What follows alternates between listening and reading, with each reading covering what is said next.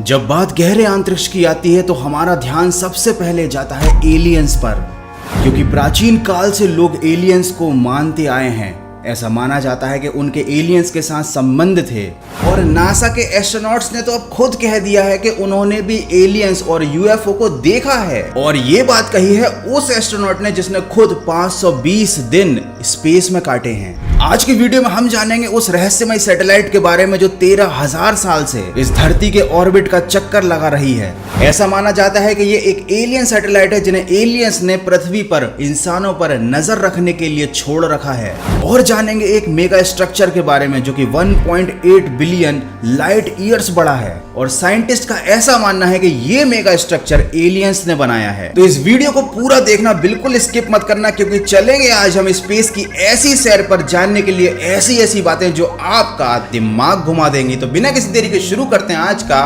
फाड़ू video.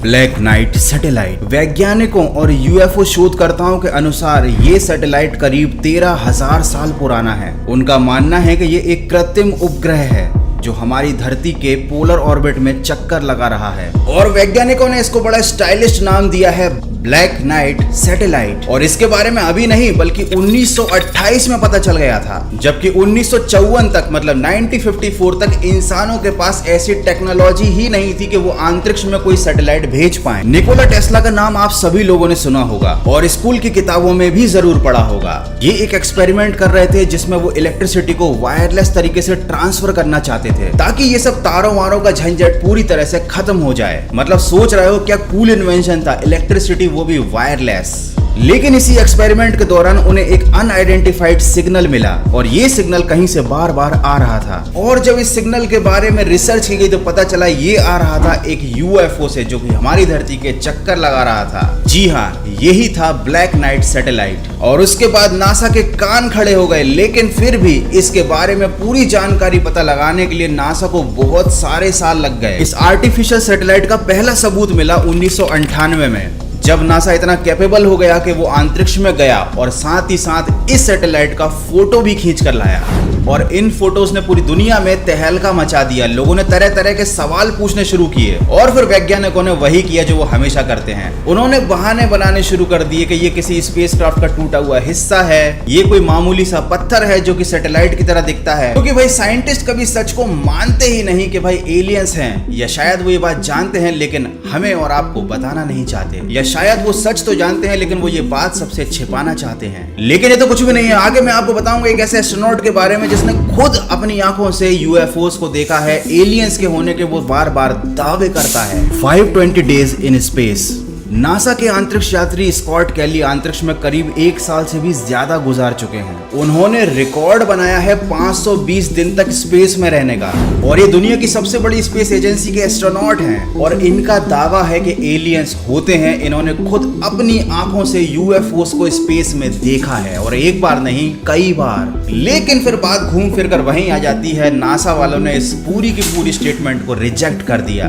उनके अनुसार alien वेलियन जैसी कोई चीज नहीं होती। लेकिन नासा के वैज्ञानिकों का तो यह कहना है कि हम नहीं सुधरेंगे। मंगल ग्रह पर जब वाइकिंग नाम का स्पेसक्राफ्ट गया था तो उसने लैंडिंग से पहले वहां के सरफेस की तस्वीर ली थी और जब उस तस्वीर को ध्यान से देखा गया तो पता चला उसमें एक चेहरा दिखाई दे रहा था, वो भी इंसानी चेहरा। जब ये फोटो इंटरनेट पर फैल गई तो इसने चारों तरफ तहलका मचा दिया। इस तस्वीर की हकीकत का पता लगाने के लिए नासा ने वाइकिंग से फिर से उसी जगह की सेम तस्वीर लेने की कोशिश की, लेकिन इस बार उनके हाथ कुछ नहीं लगा। वहां पर केवल एक साधारण चट्टान थी। नासा वालों बहुत तेज हो रहे हो। अब देखो कोई कमेंट मत करना कि कैरी की कॉपी। नासा वालों के हाथ ना कभी कुछ लगा था ना लगेगा, और अगर उन्हें कुछ पता चल भी जाए तो वो ये कहेंगे भैया हमें नहीं पता, एलियन जैसी कोई चीज होती ही नहीं है। तो यार जब ऐसी कोई चीज होती ही नहीं है तो तुम लाखों करोड़ों अरबों रुपए खर्च करके क्यों मंगल ग्रह पे जाते हो बार बार? वहाँ के मतलब कपड़े सस्ते में मिलते हैं। सस्ते कपड़े लेने हैं तो अमेजोन से मंगा लो। And this video is not sponsored by Amazon.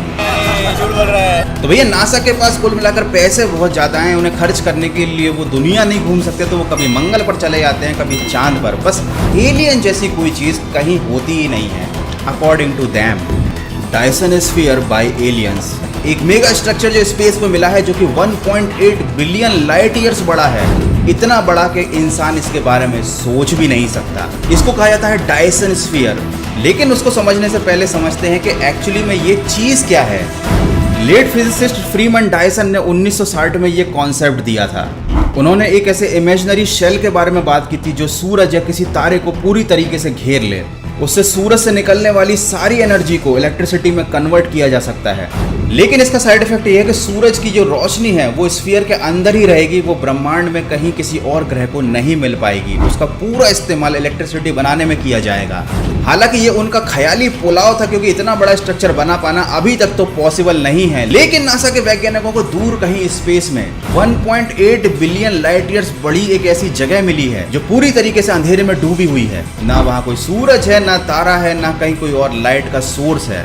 पहले वैज्ञानिकों ने बहाने बनाए कि ये कोई ब्लैक होल हो सकता है, कोई सुपरनोवा ब्लास्ट हो सकता है, लेकिन इतना बड़ा सुपरनोवा ब्लास्ट नॉट पॉसिबल। साथ ही साथ दूसरी गैलेक्सी में एक ऐसा तारा मिला है जिसका नाम है टैबी, जिसकी रोशनी कभी कम हो जाती है, कभी ज्यादा हो जाती है। ऐसा माना जाता है कि उसके आसपास कोई ऐसा स्ट्रक्चर है जो बीच में कहीं उसकी रोशनी को रोक देता है। ये हो सकता है एलियंस का बनाया हुआ एक डायसन स्फीयर हो। और ये बात केवल मैं नहीं बोल रहा है, इस बात पर वो सभी लोग बिलीव करते हैं जो साइंटिस्ट यूएफओस पर रिसर्च करते हैं। बस नासा वाले इस बात को मानने के लिए तैयार ही नहीं। खैर, किसी के मानने अमानने से कोई फर्क नहीं पड़ता, जो सच है एक ना एक दिन सभी के सामने आ ही जाएगा।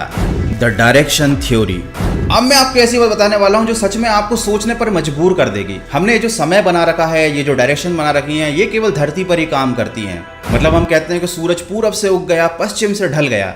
सूरज तो अपनी जगह स्टिल है, वो तो ना उगता है ना ढलता है। मतलब हम ही घूमकर वापस वहीं आ जाते हैं और बोलते हैं कि सूरज पूरब से निकला, पश्चिम में चला गया। ना स्पेस पर कोई पूरब है ना पश्चिम है। मतलब दिशाओं जैसी चीजें केवल हमारे मन की कल्पना है। इसका मतलब यह है कि हम जो भी कैलकुलेशन करके बैठे हैं ये केवल धरती के हिसाब से है और इन्हें केवल हमारी सुविधा के लिए बनाया गया है। बाहर कहीं इनका कोई सेंस नहीं बनता।